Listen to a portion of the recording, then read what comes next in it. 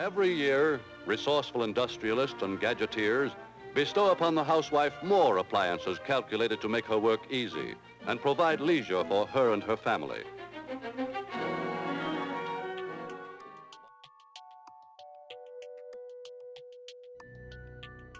In many parts of the world, women have come a long way in terms of social and economic mobility, as compared to decades ago when a woman's place was in the home, shut out from positions of power. Women today enjoy greater freedom and rights.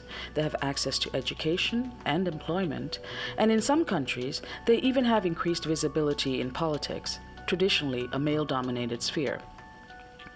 But despite these advances, gender disparity still persists.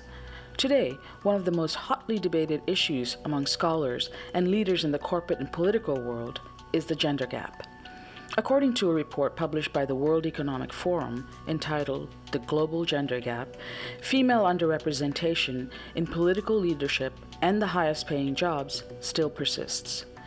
This underrepresentation may be due to existing preconceptions and gender stereotypes which often work against women being considered by employers for leadership positions.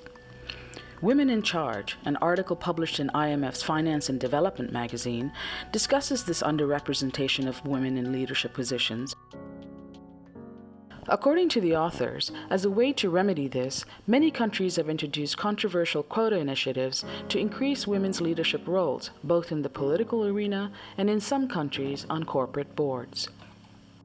For example, in 1993, an amendment was made to the Constitution of India to reserve 1/3 of the seats for women at every level of local government. To measure the effectiveness of this quota initiative, the authors conducted a study in rural West Bengal, which yielded dramatic results. One key finding was that change doesn't happen overnight.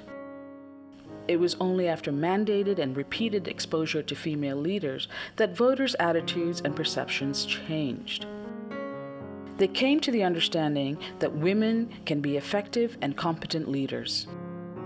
Another finding was that exposure to female leaders significantly reduced existing male gender stereotypes. Despite the deeply rooted cultural norms, instituting the quota led to twice as many women competing in village council elections, even in places where seats had no longer been reserved for women.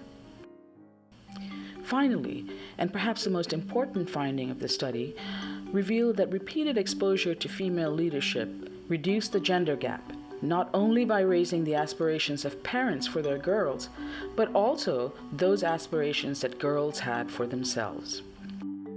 The rise in girls' aspirations was accompanied by real-world improvements, especially in terms of getting an education, where boys had a slight advantage.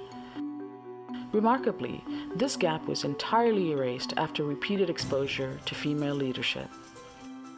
Female leaders can change the aspiration of girls by undertaking policies that make it easier for them to succeed, or simply by providing a role model of a successful woman. This role model effect, according to the authors, had the potential to shape future generations of parents to invest more in their girls and for girls themselves to aspire to leadership positions, which could potentially help in bridging the gender gap. Though it is still unknown if these policy initiatives can lead to changing preconceptions and gender stereotypes, those who have implemented them remain hopeful that putting women in leadership positions can catalyze change.